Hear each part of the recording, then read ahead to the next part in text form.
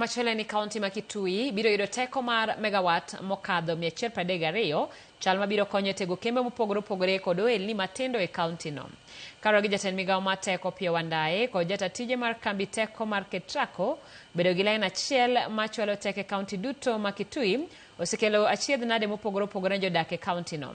Chenro bende biro konyo e chwalo dongruok, bero ngima jodak moloyo te yor neno ni chal mar arita bende obedo makare. Some of them. 1, 2, 3. My coffee. Why? So this is the solar panel for the center. Kenya has made significant progress. Electricity access now stands at about 75%.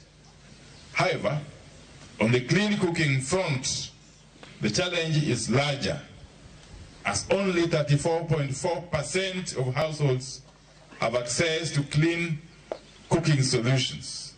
Besides, an estimated 26,000 Kenyans die annually from household air pollution.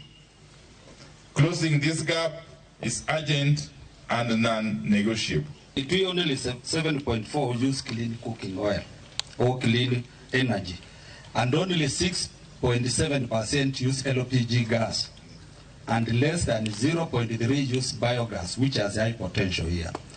In order to bridge this gap, as a county, we have an MOU with the REREC, which is to try to increase connectivity in this area, and that is working very well. This facility is called Kitui substation. It is a 132 kV to 33 kV transformation with a capacity of 23 MVA. That means that this station is able to power industries, small business, SMEs, and also households, hospitals and schools within Kitui for the next many years, because the capacity is very high.